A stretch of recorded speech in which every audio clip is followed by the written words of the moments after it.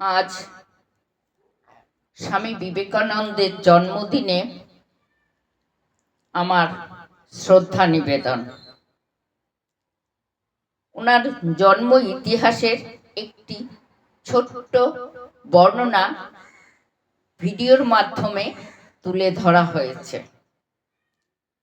স্বয়ং মহাদেবের বরে প্রাপ্তি স্বামী বিবেকানন্দ। আজকের দিনেই স্বয়ং মহাদেব এক পুণ্যবতী ভক্ত নারীর ডাকে সাড়া দিয়েছিলেন। তিনি আর কেউ নন, স্বামীজির মাতৃদেবী ভুবনেশ্বরী দেবী। ঘটে গেল এক অলৌকিক ঘটনা।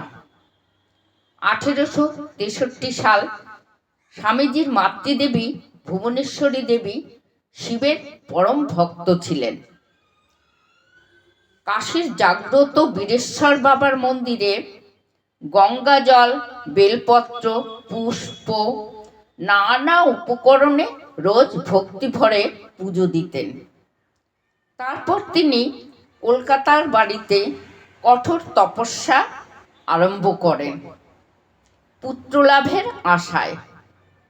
ভুবনেশ্বরী দেবীর এই কঠোর সাধনায় দেবাদিদেব সাড়া না দিয়ে পারলেন না। একদিন গভীর রাতে ভুবনেশ্বরী দেবী এক অদ্ভুত অলৌকিক স্বপ্ন দেখলেন। ধ্যানমগ্ন মহাদেব চোখ খুললেন। তারপর এক ছোট্ট শিশুর রূপ ধরে তার দিকে এগিয়ে আসছেন এবং সান্ত্বনা দিয়ে বললেন, দুঃখ পেও না মা, তোমার পুত্র রূপে আমি তোমার কোল আলো করব। ভুবনেশ্বরী দেবীর চোখে তখন আনন্দ অশ্রুধারা বইতে লাগলো। সেই স্বপ্নের কিছুদিন পরেই তিনি অন্তঃসত্ত্বা হলেন। তারপর 12ই জানুয়ারি কাশীধামের বাবা বিশ্বনাথের কৃপায় ভুবনেশ্বরী দেবীর কোল আলো করে ধরায় ভূমিষ্ঠ হলেন স্বামীজি। তাই তার নাম রাখা হলো বীরেশ্বর।